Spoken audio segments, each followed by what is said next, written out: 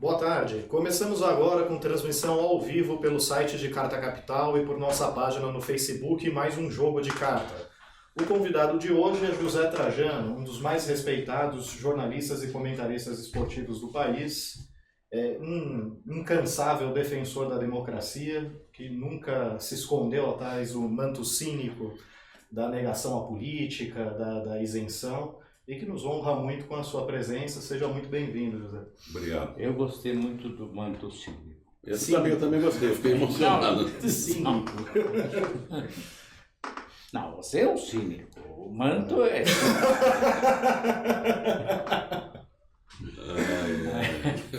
Ô, Trajano, como é que foi essa sua saída da Globo? Da Conta aí. Da ESPN? Da ESPN, perdão. Sim. Olha, é difícil explicar porque eu sou o fundador do canal, né? Quando eu fui para a ESPN, não era nem ESPN, era TVA Esportes. Era uma sociedade da Abril, malfadada Abril, com a ESPN americana. Durante um ano foi TVA Esportes, mas já existia a ESPN. A ESPN era um canal praticamente todo falado em inglês, transmitia beisebol, futebol americano, aquelas coisas, um canal americano no Brasil. E quando compraram e fizeram a TVA, o que tinha na TVA entrava direto na ESPN. Então, um jogo lá de basquete, entrava um jogo de futebol. Os assinantes, pouquíssimos naquela época da ESPN, ficaram muito chateados e se notou que era necessário fazer um canal novo, que nasceu aí, então, a ESPN Brasil. Fiz com mais 2 ou 3, junto com o Júlio Bartolo, naquela época, que era o diretor. Bom, foram 21 anos, eu tenho 21 anos para 22 de ESPN. Há 4 anos atrás eu larguei a direção. Eu era diretor de jornalismo e de programação. Fiz um acordo, larguei, fiquei só como comentarista, participando 2 vezes por semana num programa conhecido lá, o Linha de Passe, do qual meu grande companheiro Juca Kfouri faz junto, e outros grandes companheiros também. Era uma vida tranquila, né? 2 vezes por semana, ir lá, segunda, sexta, o que eu falava era sair no site. Estava tudo indo bem, quando o Brasil indo muito mal, né? Até que eu não podia ficar quieto, calado, comecei a me envolver em tudo que aparecia para a gente fazer contra o que estava acontecendo. Comecei a participar de manifestações, a convocar as pessoas a irem em manifestações, subi em palanque, assinei manifestos, fiz o que era possível. Fiz o que todo bom brasileiro Tem que fazer. deveria ter feito. Isso começou a incomodar muito a direção do canal. Me chamaram algumas vezes, dizendo que a minha presença nesses lugares eu representava a ESPN. Onde eu estivesse, seria a ESPN. Eu era a cara da ESPN. Não concordava com isso.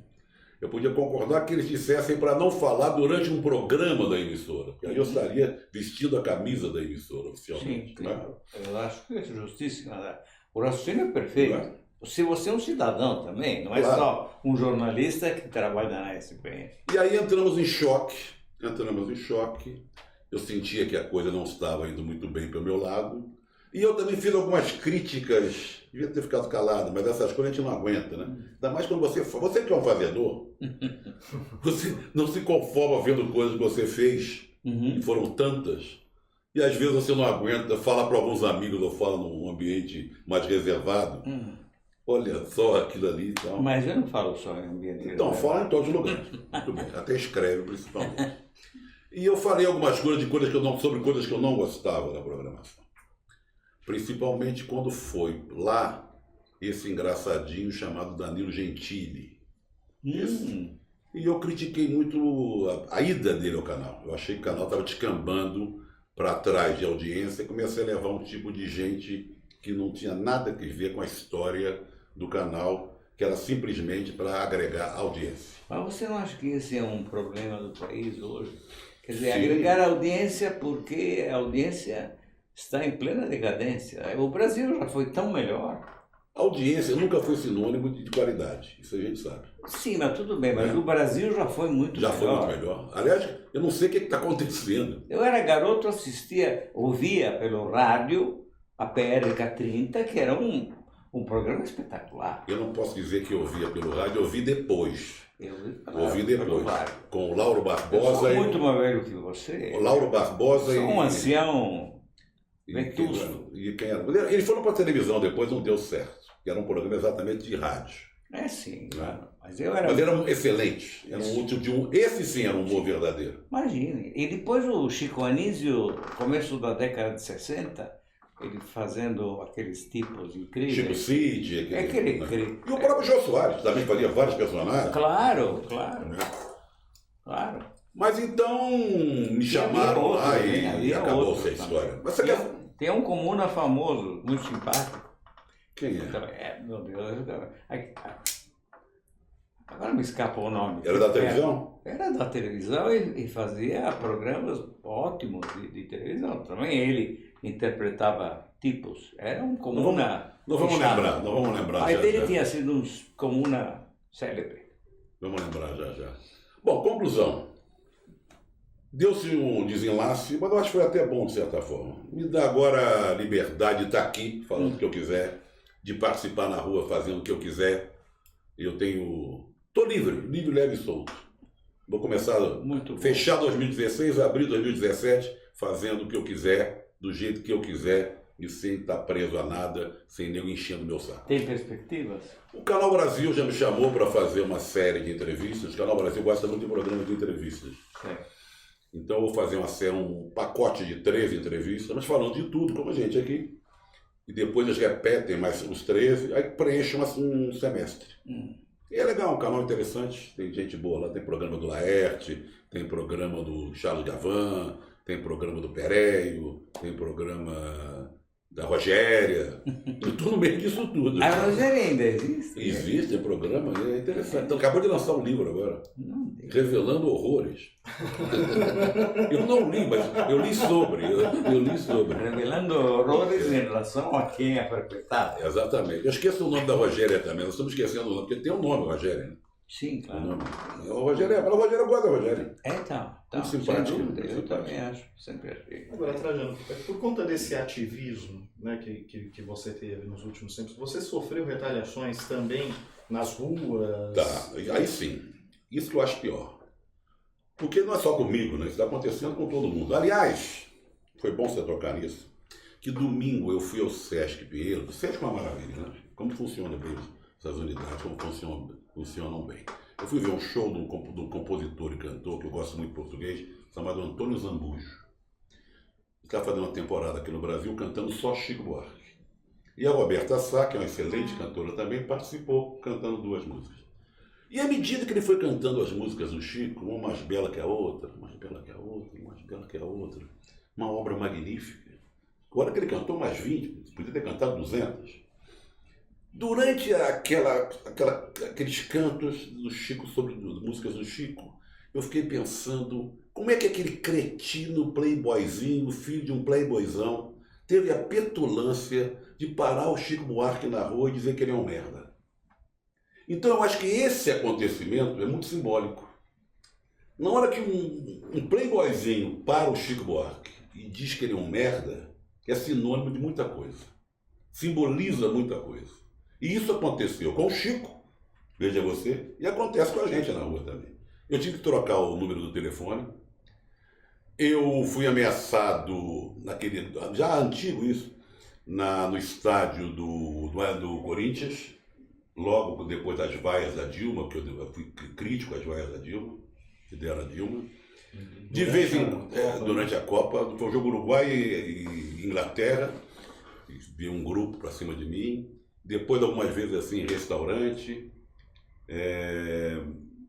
Quando eu comentava qualquer coisa no canal, aí tem aquele mural, as pessoas viam Petralha, safado, vou te pegar, dane-se. Mesmo agora, um anúncio que eu vou para o Canal Brasil, eles são tão idiotas que eles falam assim, cretino, mamando nas tetas agora do Temer. Eles confundem Canal Brasil com TV Brasil. Com TV Brasil. Aliás, quase que eu fui para a TV Brasil. Aliás, uma injustiça, outra dessas grandes injustiças, que saía no jornal assim. Aderbal Freire Júnior ganhava 200 ou 150 mil por mês.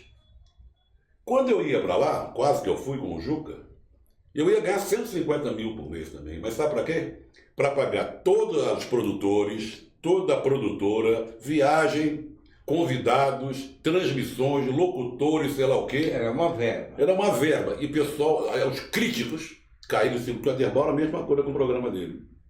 Uhum. Mas eles criticam de tal forma que confundiram agora, só para ver como é que é a cabecinha torta, Canal Brasil com TV Brasil. Mas isso a gente vai se acostumando. O pior, aí tem um acontecimento grave agora, grave, viu, Mino?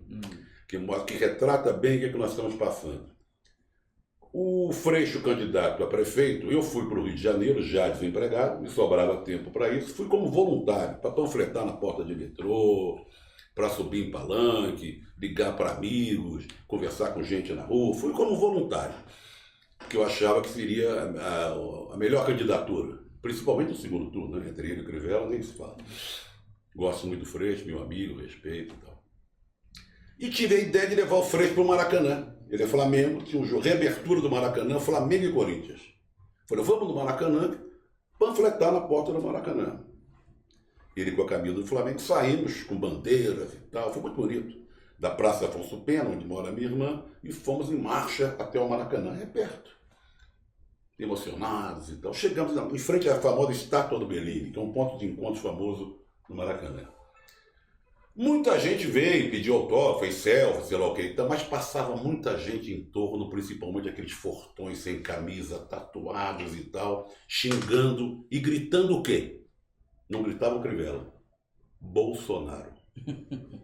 Esse que é o perigo. Eu não ouvi ninguém gritar o nome do adversário, que seria muito comum. Você está concorrendo contra o outro. Não, eles gritavam Bolsonaro.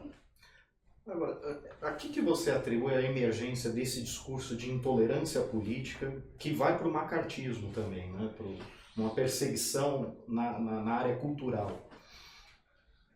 O negócio não é de hoje, né? Vem eu ontem, ou anteontem também, outro símbolo, outro retrato do que está acontecendo, da intolerância, da estupidez, né? Porque conseguiram fazer uma lavagem cerebral. As pessoas acreditam que o filho do Lula é dono da Friboi, que o Lula é sócio da Oi. Acreditam nisso. Sim, que o Lula tem recebe dinheiro do Ebreyer, dinheiro em espécie. Em espécie. Deve ter um pacote grande, né, dona? Não, eu imaginei 8 milhões, estavam falando. Bota um elevador só. Não, mas quantas maletas? É impressionante. Mas olha só. Eu vou lançar um livro agora, o terceiro livro meu, chamado Os Beneditinos, que é sobre o meu tempo de Colégio São Bento. Eu só fiz Colégio São Bento na vida, lá no Rio, na Praça Mauá. E até falo de um jantar que tem anual dos ex-alunos. Eu já entreguei o livro, mas por circunstâncias, por coincidência, houve um jantar agora, na semana passada, e eu estava no Rio. E fui a esse jantar. Todo mundo se confraternizou e tal. Eu me dou mais com o pessoal que jogava bola, com mais bagunceiros, da turma mais do, né? Que sentava lá atrás. Não jogava tênis? Não, só com você. Aí eu resolvi, nós temos um grupo de WhatsApp. Quer participar? Vamos, todo mundo, ex-alunos, ex-companheiros e tal. E voltei para São Paulo e esse grupo de WhatsApp começa a se comunicar. Foto disso, foto daquilo, da lua, não sei o quê e tal. E entra alguém e posta lá um texto. Precisamos passar adiante, urgente, urgente. Hoje no Jornal Nacional, não percam, e na Veja no fim de semana vão dizer tudo que o Lula é. Sócio da Oi, da Friboi, tem 500 mil cabeças de gado, 6 fazendas. Aí eu não aguentei, né? Respondi com 2 pés no peito. Houve uma certa indignação do pessoal. Juta, isso aqui é uma coisa fraterna, entre ex-companheiros, não é para ter esse linguajar. Eu falei, é assim. Porque o sujeito que manda um recado desse e manda passar adiante, você é um terrorista. Você é um safado, você entendeu? E comigo não. Eu não vou morrer calado, não. Então eu entrei com 2 pés no peito. E saí do grupo já. Mas eu achava que um grupo de senhores de 70 anos, ex-estudantes do São Bento, todos aposentados, formados, engenheiros, sei lá o quê, não fossem, pode ser contra, pode não gostar do Lula, mas cair nessa esparrela de dizer que é dono da Friboi, da Oi, que ganha, não sei, 8 milhões, vende, sei lá. Então nós estamos cercados. Você pega um táxi, eu peguei um táxi do Rio, comecei a gostar da conversa do motorista, torcedor do Flamengo, com a camisa do Flamengo. Eles andam muito preocupados com o Uber. né? Agora, não bala também. Posso usar a camisa do Flamengo? Claro, tá. Aí ele começou a meter o pau no Sérgio Cabral. Eu falei, opa, tá bom. No pezão, opa. Acabaram com o Rio de Janeiro, opa. Até estava indo bem até o meio do caminho. De repente ele vira assim, tá vendo? E tem o filho do Lula também, que é dono lá da Oi. Eu falei, bom. Eu uma vez, há muito tempo atrás... Aí não adianta brigar. Aí não adianta. Há muito tempo atrás, eu peguei um táxi, o cara era malufista. Só tinha malufista na praça, né? É verdade. Eu tinha uma raiva daquilo profunda. Então, uma vez eu estava muito irritado naquele dia, peguei um táxi e falei, vai lá pra onde? Aí puxei o assunto, o cara falou que eu estava no maluco. Eu falei, para! Pode parar que eu vou saltar. Não deu 2 quadras. Eu estava longe do Rio. Imagino que completou o trajeto de ônibus. Eu tenho uma tese. Eu acho que o Brasil decaiu muito em relação ao que já foi, de inúmeros pontos de vista. Mas o Brasil já foi mais espirituoso. Espirituoso quer dizer, teve mais ironia, teve mais senso de humor. Você podia tirar sarro de alguém. Não, acabou isso. Acabou. Essa turma é tosca. Essa turma que te agride, que está pronta a aceitar o que contam o Estadão, a Folha, a Veja, a Globo. As redes sociais espalhando. É isso. Essa turma não tem um pingo de senso de humor. Você conhece o Roda Viva com o Darcy? Cara, um dos grandes mestres que eu tive na vida foi Darcy Ribeiro. Quando eu fiz a campanha dele em 86, aprendi muito com o Darcy. A faculdade que eu não fiz, que eu entrei em jornal com 16 anos, fiz em 1 ano trabalhando com o Darcy. Eu tinha curiosidade de saber do Darcy, por exemplo, o que aconteceu naquele último dia, antes do golpe. Mas aí, o Darcy tem um Roda Viva, ele fala da elite brasileira, e ele fala de um jeito, aquele jeito bem Darcy, né? Essa elite mesquinha, covarde, rançosa, ignorante, é isso. Mas é isso. Agora, nesse tempo, esse defeito da elite era compensado por alguma picardia. Esse senso Pelo menos exatamente, né? Mínimo senso de civilidade. É isso, que é também espírito crítico, evidentemente. Né? Mas acabou. Acabou a civilidade, né? É isso. Acabou completamente. Acabou. É uma tragédia. E eu não sei onde vai parar. Nós estamos prestes a ter nós temos aí 2018 aí. Sim. Nós teremos eleição para o Congresso. Teremos eleição? Que pode, não sei. Eu também não O Congresso pode ser pior do que esse que está aí. Claro. Não é? Certamente. Nós temos para governador e presidente. Olha o que se apresenta na nossa frente. Mas o que representa o governo Temer? Primeiro, é bem importante que toda vez que a gente fala em governo Temer, a gente diga que é um governo ilegítimo, usurpador, sabe? E que ele é um grande traidor. Não se pode falar do governo Temer sem lembrar isso sempre. Porque dá a impressão que as coisas estão indo normalmente, bonitinho, funcionando, não. Isso é uma agressão à democracia. A partir daí, você já sabe mais ou menos o que eu acho. Não é? Ele é um covarde, ele agora está tentando, ele é aconselhado a andar pelo Brasil, porque está encastelado, ele compõe com aquele grupo do poder dele, Moreira Franco, Jucá, Gedel, não sei o quê. Padilha é gente da pior espécie. E agora o que é curioso, eu estou vendo muita gente que bateu panela, muita gente que foi para Paulista, para Avenida Atlântica, começar a criticar o Temer, dizendo que é tudo farinha do mesmo saco. Isso é um fato positivo, então. Então, exatamente. Que ninguém bate mais panela, aliás, né? Mas já começam a desconfiar. Então, não sei se o Temer chega até o fim, essa tua... Não, eu tenho sérias dúvidas quanto a isso. Mas se ele não chegar até o fim, o alçapão já está montado. Já tem uma alternativa para isso, que é uma eleição indireta. E entra o Fernando Henrique, né? Ou o Nelson Jobim, ou alguém mais desses barões de Plutarco que iluminam o país. Exatamente. Não é? Então... Já tem um canto na história, já está reservado ali. Né? Exatamente. E aí vamos ver o que acontece. Né? Que pode ser qualquer coisa. Agora, eu me pergunto, essa gente está marchando para uma crise econômica monstruosa. Monstruosa. Esse é um dado que entra nessa equação e entra perigosamente.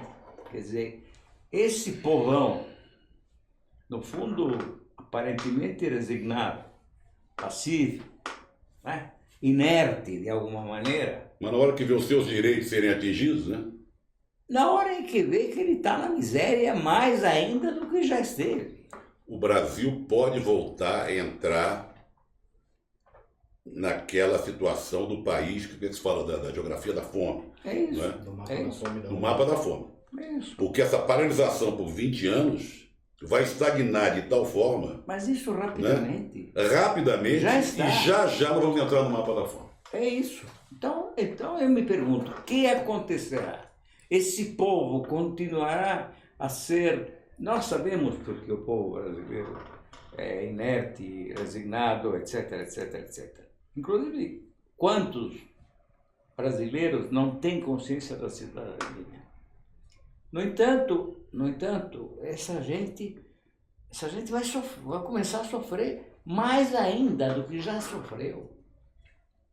O que pode acontecer a partir daí? Eu estou esperando isso, não é o quanto pior, melhor. Não, gente, não, agora tem uma coisa interessante acontecendo, que nós estamos vendo e que é uma coisa importante, que é a manifestação dos estudantes. Ah, magnífico. Se alguma coisa está acontecendo nesse país, de cabo a rabo, Sim. é o movimento dos estudantes. Isso é um excelente sintoma. E o símbolo disso aí é aquela menina Ana Júlia, Tá. que deu um baile nos políticos lá na Assembleia do Paraná. Sim. Então a ocupação das escolas já é um movimento muito interessante, Sim. que está sendo disseminado nas faculdades, universidades e tal. E vem da juventude. E estão tomando borrachada, ameaçados pelo esse pessoal do Brasil Livre, Claro. pela polícia, porque nós temos 3 segmentos muito importantes que estão pegando o Estado de Direito e jogando para a córnea. O governo, a polícia Sim, aí e o judiciário. você tem o executivo, que é o resultado. Mas você tem o judiciário, o legislativo, a mídia fazendo a propaganda dessa turma hedionda e a polícia prestando a sua força. Esse é o quadro. Que não é mais privilégio da polícia paulista, não, porque a borrachera teve lá no Paraná, no norte do país. Imagine, essa invasão da escola do MST é uma prova claríssima. Claro, isso é um absurdo. Lá em Guararema, né? Guararema, conheço a escola, Florestan Fernandes. Aliás, nós estamos fazendo um trabalho bonito lá, que é o campo Dr. Sócrates, e nós sou curador, junto com o Juca, do Museu Sócrates, vamos fazer um belo estádio de futebol. Que ótimo, que ótimo.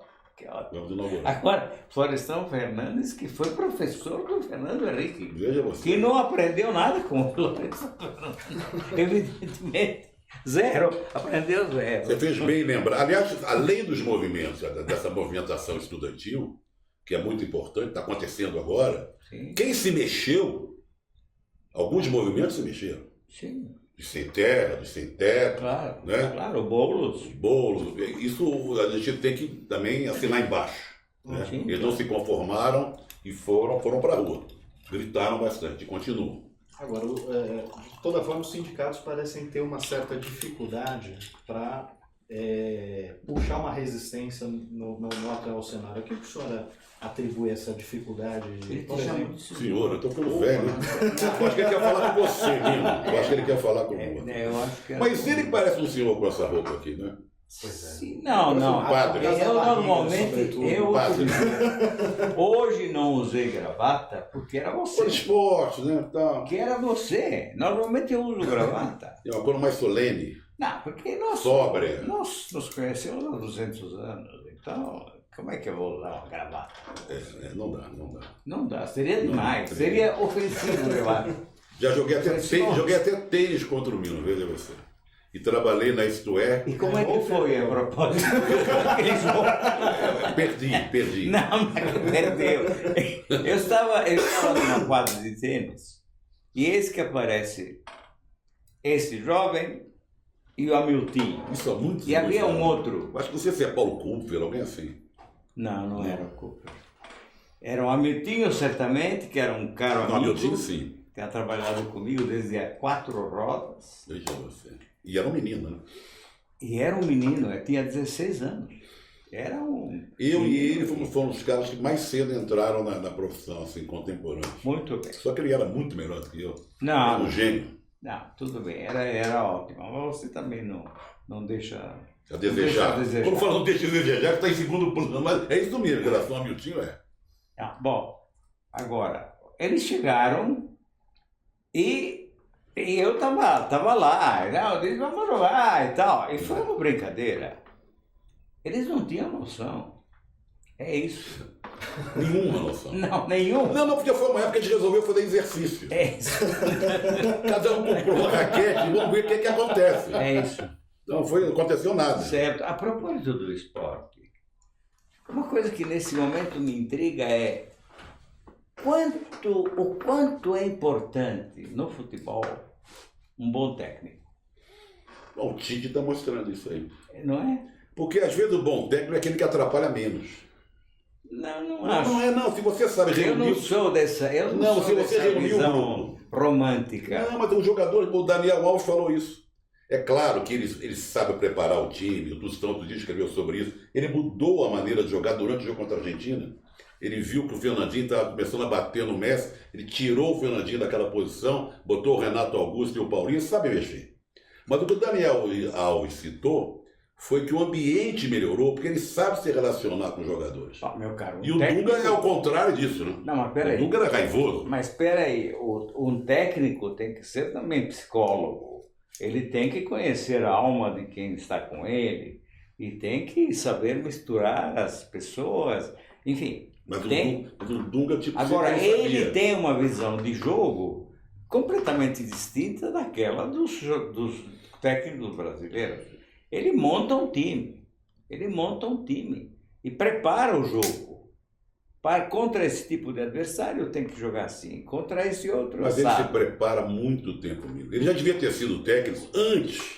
Mas veja o que E o ele se Corinthians... preparou muito tempo para ser o técnico. Ele... Ele ficou muito triste, ele ficou deprimido por não ter sido chamado. Agora, ele andou pelo mundo, conversou com técnicos lá fora, Claro. estudou muito, viu coisas. É um sujeito fraterno, é um sujeito que não é ignorante, é um sujeito que tem uma boa conversa, sabe ouvir. Não se emprenha pelos ouvidos no sentido você é o maior, o Brasil melhorou. Mas eu acho que ele é um técnico contemporâneo. Ele entendeu como é que se joga hoje. Eu acompanho Não, é verdade. as mesas redondas e tal, às vezes, não sempre. A quantidade de bobagens que eu ouço é realmente industrial. Porque ainda acham que, não, bota aí 11 bons e tá feito o time. Não é verdade. Hoje em dia não é verdade. Mas o futebol é tão ingrato, Nino, que nós estamos gravando aqui hoje, só falta o Brasil tomar uma trauletada agora. Não vai mudar nada. Não vai mudar nada, eu sei. Não, mas o futebol tem dessas coisas. Não, eu acho que ele está no caminho certo. Eu também acho. acho. No caminho certo. Eu acho que esse é um técnico diferente dos demais. O erro foi não ter colocado antes. Claro, ele se esforçou para entender certas coisas. Por que o Brasil é tão mal? Se é um país onde são produzidos craques com uma certa quantidade. Só voltando ao que o Daniel Alves falou de ambiente, ele falou, os jogadores são os mesmos. Então. Ele que pegou e soube armar um coletivo e conversar com esse coletivo. Mas ele não importou o Messi passou a jogar no Brasil, sim. O Iniesta. Não, é o pessoal mesmo. Ele mexeu pouco. A colocação mais ou menos a mesma. Veja, por exemplo, que esse Conte, que foi jogador de futebol italiano, jogou até na seleção e tal, agora é técnico, jogava bem, era um rompedor, era um Dunga, né? Eu gostava dele. Eu também, mas era um Dunga. Agora, um Dunga no sentido de, quer dizer... É o jogador que rouba a bola do adversário e aí entrega para alguém que sabe mais. Agora, o Conte, por exemplo, está no Chelsea. O Conte começou uma renovação da seleção italiana muito importante. Jogaram muito bem nesse último europeu que Portugal ganhou só empatando. Nem sabe como, nem sabe como. Nem sabe. Eu gosto de ver o conto na beira do campo. Ele vibrando. É um negócio maravilhoso. Como ele se empolga e tal. Mas ele é realmente esse tipo de técnico, entende? Ele participa, entra nessa e tal. Mas há uma falência desses técnicos de nome no Brasil. Agora estão surgindo técnicos jovens, o filho do Jairzinho, que é o Jair Ventura, que está no Botafogo, o Zé Ricardo no Flamengo, o próprio Roger, que estava no Grêmio. Uma nova geração. E também aquele gaúcho. Gaúcho, nós estamos cheios de técnicos gaúchos. Que foi um atrás do outro.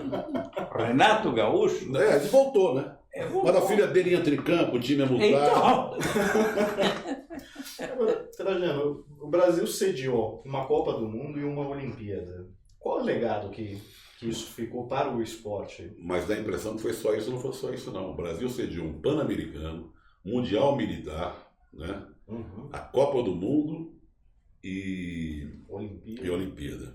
O legado esportivo nenhum. Eu estava lendo uma matéria hoje que, por exemplo, a Arena Amazônica, que é um dos elefantes brancos que foram deixados, apesar que o Aldo Rebelo está escrevendo um livro de como ganhamos a Copa. Ele aprendeu a lição, ele que foi uma vergonha. Muito bem, não estou falando 7-1, não, foi a estrutura toda, porque os estrangeiros adoraram, né? Sensacional, se divertiram, mas o que ficou, que sobrou para a gente? A média de público do campeonato amazonense, não estou brincando não, é 250 torcedores. Somando todo o público do campeonato amazonense, eu acho que dá 9 mil e pouco. Todos os jogos. E tem uma arena lá. Tirando uns jacarés. Jacaré, cobra d'água, aquela coisa toda. Inacreditável. E o que eles vão fazer com a Arena Amazônica? Ninguém sabe. E aquilo continua sendo, alguém tem que manter. É igual a Olimpíada. O Parque Olímpico está lá. A Prefeitura do Rio já adiou por 3 vezes a licitação para quem vai tomar conta de administrar o Parque Olímpico. Ninguém quer pegar essa batata quente. Mas você não acha que isso também é muito simbólico? Esses ministros do esporte no Brasil. Isso foi uma vergonha.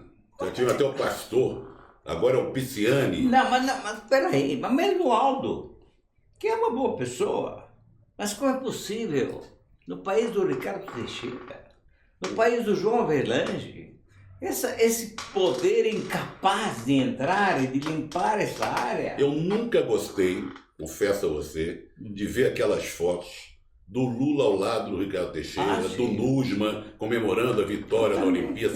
Eu achava aquilo um terror, você entendeu? Eu achava que isso não vai para lugar nenhum, a gente só vai se decepcionar com isso. Sim, mas o Lula é um conciliador, você sabe tão bem. Aquela foto famosa do Nusman, Sérgio Cabral, sei lá o que, comemorando a vitória da Olimpíada. Nós estamos com um pepino na mão. Então, o Parque Olímpico ninguém quer.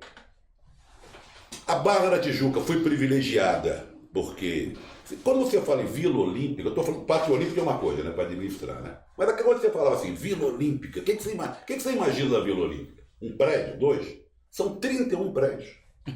São 31 prédios que estão na mão daquele Carvalho Oscar, que foi aquele senhor que disse que tem que fazer moradia para rico, pobre tem que ser mandado para longe. É isso. Não é isso? O mais longe. Mais longe possível. Talvez. Não tão longe assim, porque vai precisar do pobre para cozinhar, para fazer o jardim, não sei o quê. Uma boa quantidade para o Polo Sul. Muito bem, vai para o Polo Sul, pode ir. Isso é bom. Muito bem.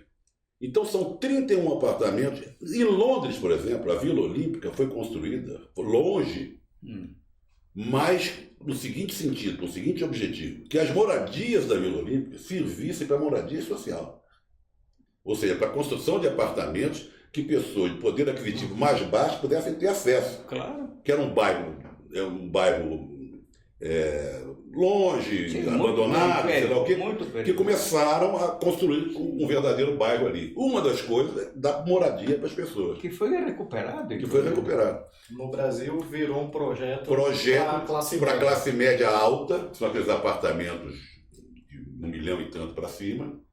Então, eu estava lendo um artigo da Raquel Ronick, que é uma arquiteta que estuda muito bem essa coisa de urbanismo e tal, ela dizendo que tem essa linha 4, que muita gente festeja no Rio, que tem o BRT, que leva lá para a Barra de Juca, mas a opção na época não era ter feito a linha 4, e sim a linha 3 de trem, que levaria para os subúrbios e ligaria até com Niterói e São Gonçalo, transportando 700 mil pessoas por dia, em vez do BRT que transporta menos de 300 mil. Mas a opção foi pela Barra da Tijuca. Opção clara, que favorecer um tipo de empreendimento, as empreiteiras imobiliárias e tal. Isso é, como diz você, simbólico. Simbólico. Porque quem manda aqui é o que é. Na minha opinião, é a Casa Grande que ainda está de pé.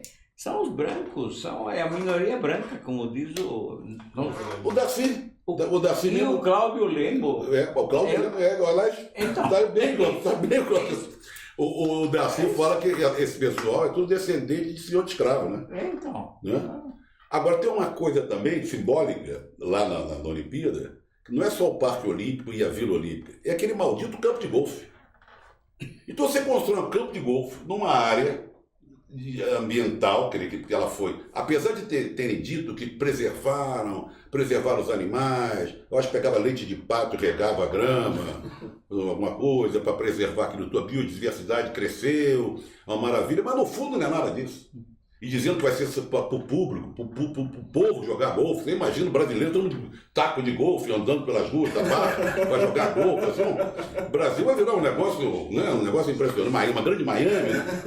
Bom, mas na verdade aquilo ali foi para a Câmara de Vereadores votou, liberou o gabarito da área e 21 prédios de apartamento vão ser construídos ali, com uma vista lindíssima para as lagoas, praias, etc. Então a Olimpíada serviu muito para as empreiteiras, para as imobiliárias, para essa gentalha da Zona Sul. Sim, mas serviu para eles e a mamata que ela representou. Pensa no Pan-Americano, eu nunca esquecerei. O Pan-Americano, o gasto orçado previa 400 milhões. Foram 4 bilhões. Não, e depois não puderam aproveitar as coisas do PAN. É lógico.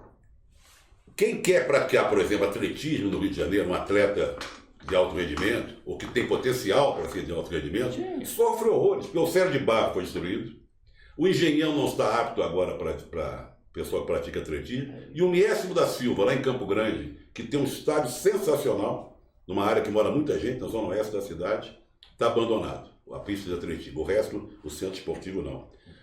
O velódromo, ninguém sabe qual será o destino, porque o velódromo Pan-Americano foi destruído, foi para Pinhais, no Paraná, as madeiras caríssimas e tal, construíram outro, que foi uma coisa absurda construir outro velódromo. Ninguém sabe o que vai acontecer com o velódromo. Ninguém sabe o que vai acontecer com aquelas arenas. Então o esporte, e na verdade, o esporte tinha que se beneficiar da Olimpíada, antes da Olimpíada, um projeto, um programa de levar o esporte para as escolas, para intensificar isso antes da Olimpíada. Não, eles estão tirando dinheiro. Mas não ia tirar dinheiro. O Juca Kfouri costuma dizer isso, quer dizer que a Olimpíada ela vem para coroar uma política esportiva bem sucedida. Claro, mas isso e no Brasil inverteu-se a lógica. Primeiro a gente faz a Olimpíada para depois virar uma potência esportiva. Sim, mas agora... Essa potência esportiva é um discurso correto. Assim como o Brasil poderia ser um paraíso terrestre, o povo brasileiro poderia produzir atletas excepcionais, inclusive porque a miscigenação favorece. Mas produz, Milo. Só que eles não têm onde praticar. Mas se produz, mas eles não têm escola, eles precisam treinar, eles precisam a captação de talentos é dificílima, porque as escolas no Brasil, a maior parte delas não tem sequer uma quadra. Claro. Para você praticar um esporte. Mas, por que o Brasil não tem por que o Brasil não tem atletas falo de atletismo, né, o esporte puro da Olímpico. Por que não tem atletas como tem nos Estados Unidos? Por quê? Elas praticam muito na escola, na universidade. Imagina. O esporte universitário brasileiro é a maior piada que pode haver. Não existe. Não. Vai numa universidade qualquer, tirando talvez na USP, que tem alguma prática esportiva e tal, mas os jogos universitários serve para encher a cara, você entendeu? Ou para brigar, ou é uma farra do cão, mas em termos de esporte não serve para nada. Para nada. Não detecta talento, é confraternização. E é uma aplicação das energias do povo brasileiro, inclusive dos pobres, dos remediados, dos infelizes, dos desvalidos, né? Que teriam a oportunidade de uma realização. Nós perdemos a oportunidade de de ter uma política esportiva, não temos. O Ministério do Esporte sempre é um cabide de empregos. Não, agora, há pouco tempo, foi entregue a um pastor em cima da Olimpíada, que até saiu, né? Aí entrou outro às pressas na véspera da Olimpíada, ou seja, sempre foi deixado de lado. É cidadão de terceira classe, o esporte. Quando a gente podia ser assim, vindo lá de trás, não digo uma nação olímpica, mas uma nação que produzisse alguns atletas de ponta, que tivesse o esporte na base, que o esporte escolar tivesse muito mais possibilidades. Não temos nada disso, nada disso. Mas isso é de uma importância enorme. Na última, quer dizer, nessa proposta de reforma do ensino médio, cogitou-se tirar a educação física. Exatamente. Quer dizer, isso aí é para cortar acabar de vez com qualquer sonho de... Não, e outra coisa, você vê no Rio de Janeiro, você tem várias vilas olímpicas. São mais de 10, 15, sei lá o que e tal. Você olhando de longe, até um negócio interessante, que tem muita criançada que vai praticar todo dia, natação, atletismo, jogar bola, não sei o que e tal. Mas os professores ali vivem permanentemente em estado estou falando dos nervos, com medo, porque eles são indicados ou colocados através da política. É um deputado, um vereador que indica, ou pode tirar, mudou a administração regional, sai o cara. Então você vê professor com quase 80 anos, que tem uma série de alunos, ele é queridíssimo pelos alunos, sendo mandado embora assim a troco de banana e os alunos não sabem o que fazer. É isso. É isso. Aqui me mandaram pergunta de leitores via Facebook. Parece que vários que estão acompanhando o programa perguntaram se você assistiu se você assistiu a participação do Temer no Roda Viva e o que achou. Eu não vi, mas li sobre ele se esmicuindo, ele tentando tirar o corpo fora da... como é que se diz, da votação sobre... não foi do partido, não. O que foi? Da Caixa 2. Tirando o corpo fora dele. Não, isso é uma coisa do Congresso, eu não posso me manifestar. Quer dizer, manifestei.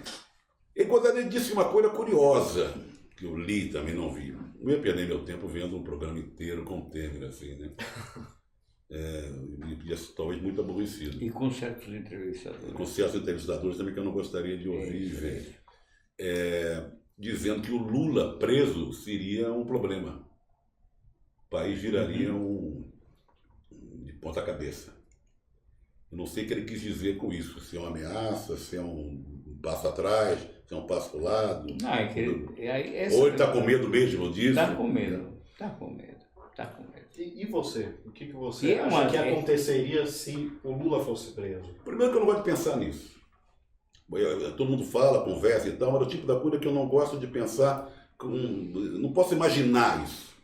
O Lula, o que é o Lula, a importância do Lula, tudo que o Lula fez, imagina o Lula preso, agora porque reformou a piscina, ou porque tem um pedalinho no sítio, ou porque tem não sei um o quê. barco, tem um barco de lata. Tem um barco de lata 4 milhões de reais. Por isso aí. Mas o sítio que não é dele, tudo. Ele pode provar que não é dele. Agora, vamos dizer que se fosse, não ia ser fácil para o Temer, não. Não ia ser fácil para ninguém.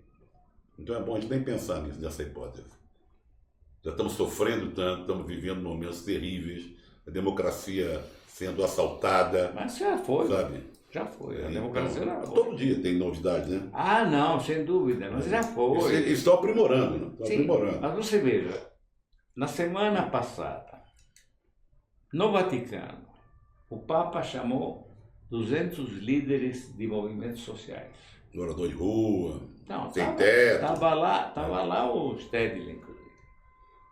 200. Você leu em algum jornal brasileiro? Não interessa. Pois é, não. Eu queria saber também do cheque do Temer, aquele cheque de 1 milhão, e os 22 milhões do Serra. Certo. 23, pessoal, tirei um. Por que de repente desaparece isso do noticiário?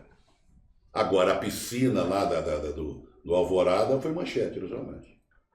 Há uma perseguição nítida, objetivo claro. Escuta, esse senhor Sérgio Moro, que compara a Operação Lava Jato com a Operação Mãos Limpas, isso é um delírio absoluto. E a mídia acha que é isso mesmo. Ele escreveu um longo texto, né? Não leu um único livro italiano sobre o assunto.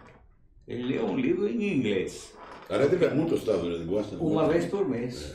E visita a CIA, a DEA, etc. e tal. Mas a Operação Mãos Limpas não se destinava a servir um golpe de Estado. 1. 2. A Operação Mãos Limpas pegou todos os partidos, menos o Partido Comunista, que não era atacável. Porque não tinha o que atacar. Uhum. Mas pegava todos os partidos aqui e os tucanos.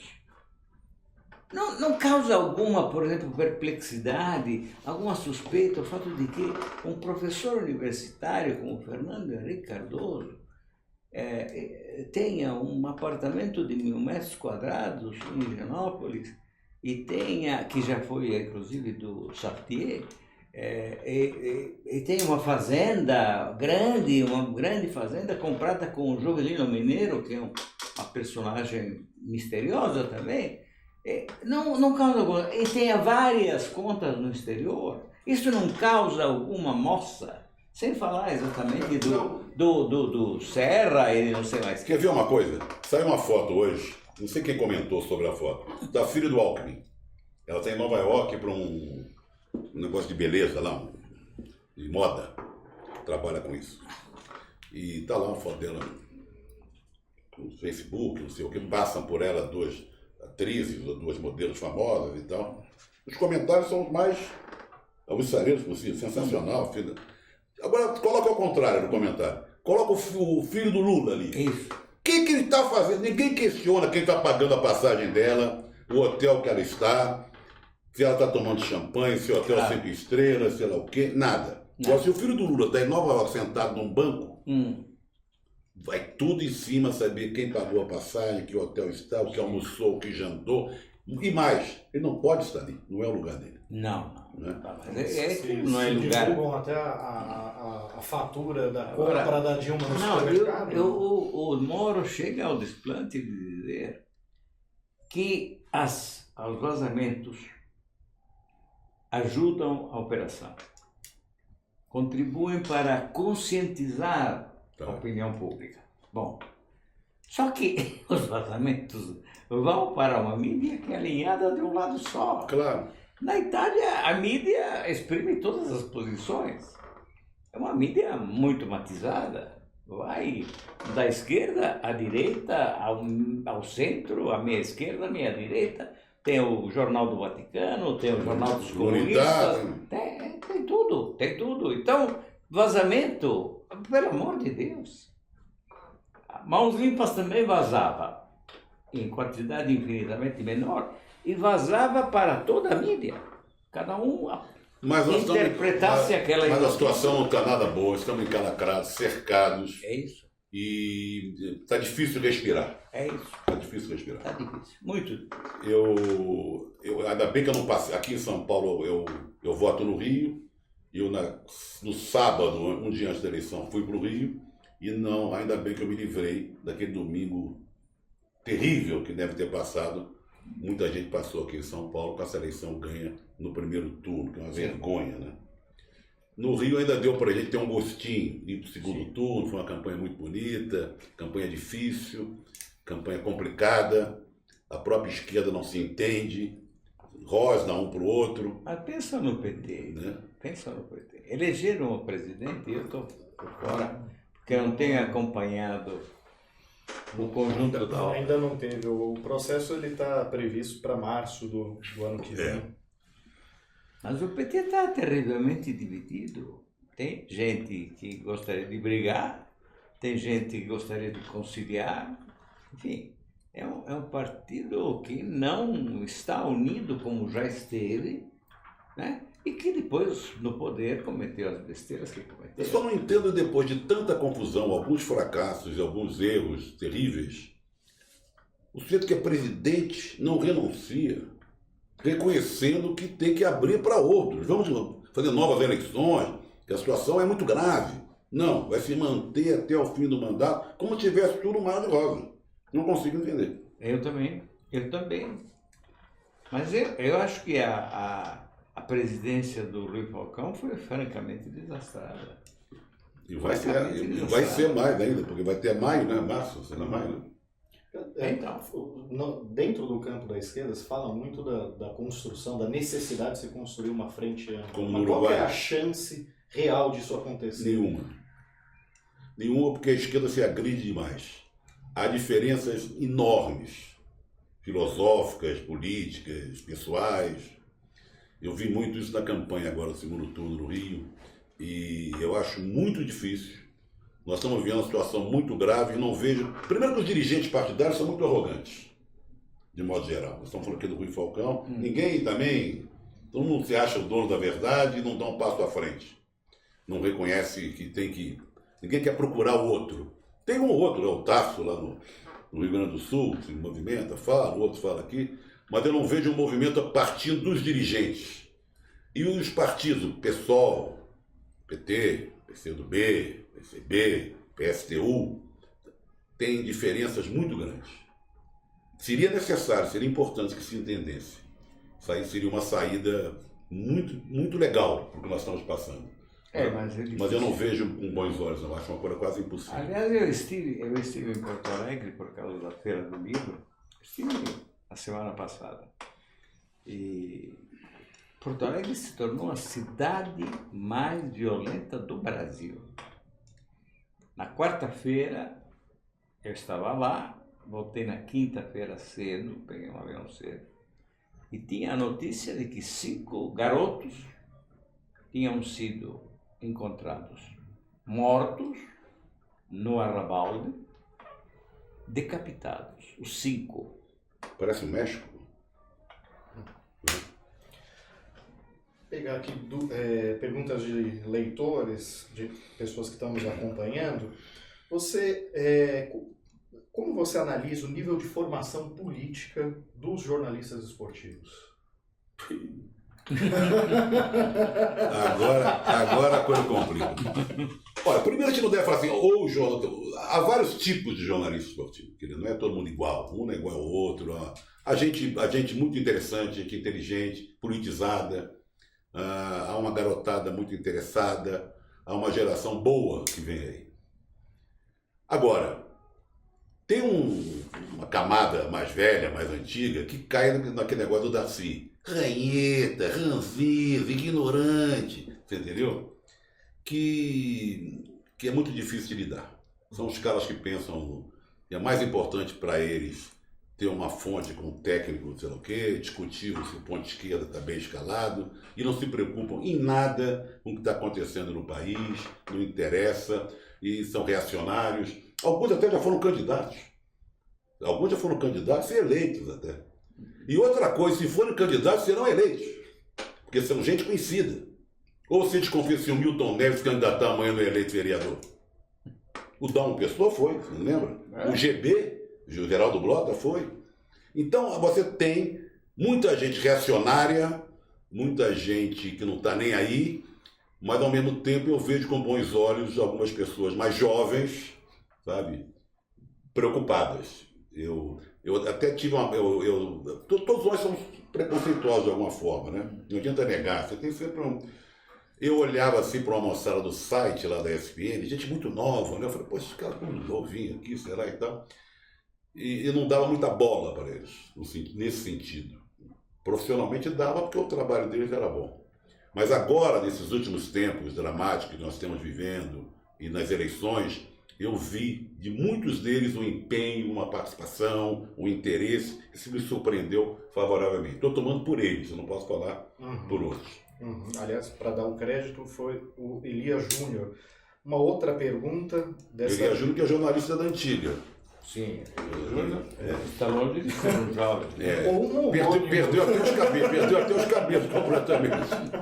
Ou um homônimo, mas tem uma outra pergunta aqui do Zimon Ramões. Podia ser Ramones, né? Pode ser. É possível. Trajano, qual a sua opinião sobre a PEC 241/55, porque mudou Mudou para o Senado, mudou né? no Senado, né? E se você acredita que congelar os investimentos em políticas públicas por 20 anos seja a solução para o problema fiscal do país? Bom, eu não sou autoridade maior para falar sobre isso. Eu leio gente muito interessante, gente capaz, não só políticos, como economistas, como jornalistas e tal. E que eu tenho notado, que eu tenho lido, que concordo, é que esse apertar de cinto de 20 anos vai nos colocar em situação dramática. Já. Não precisa esperar 20 anos para acontecer. Não, imagina. Entendeu? Então, o Requião fala em 6 meses. Eu vi a entrevista do Requião aqui para você.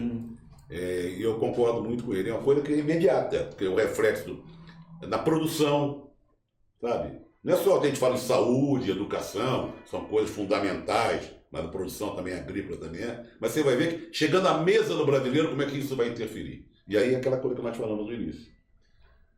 E aí a coisa pode pegar fogo, porque o governo Lula tirou da miséria uma grande legião de brasileiros. Sim, de 35, 40 milhões. E se isso voltar tudo atrás, eu não sei o que vai acontecer.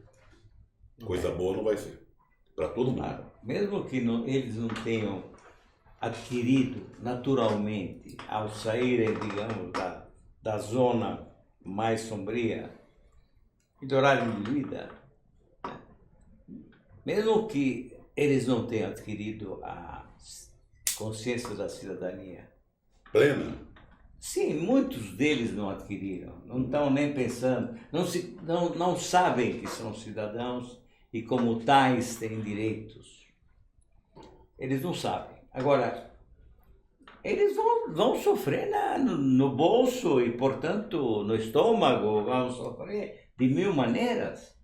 E nessa hora, o que faz o cara que melhorou de vida e que volta para estacar zero? É isso que eu me pergunto. Eu não sei, francamente. Então, a resignação, sabe? O sindicalista que vem e te diz, mas é difícil convocar os operários. Como é possível? Como? Alguma coisa vai acontecer. As fábricas estão demitindo. As porcentagens do desemprego estão se elevando. Algo tem que acontecer, né? Rapidamente. Eu acredito. Então, é o efeito, quando a gente fala em 20 anos, dá a impressão que daqui a 20 anos vamos sentir o efeito no 13º ano. Não. Essas coisas não são assim. Essas coisas são para já, ou para amanhã. Né? Não, mesmo porque você veja, o que sobrou da indústria brasileira? Muito pouco. Essa é toda uma operação feita a favor do rentismo. E a quantidade de empresários, não digo banqueiros, porque eles são rentistas por natureza. Mas o Deus Mercado deve estar rindo à toa, né? Ah, sim. O pessoal ajoelhado para o Deus Mercado. Claro, Né? claro. Nós falamos do pré-sal ainda, que... Não. E é loteamento do Brasil. Aí nós chegamos lá ainda. A entrega.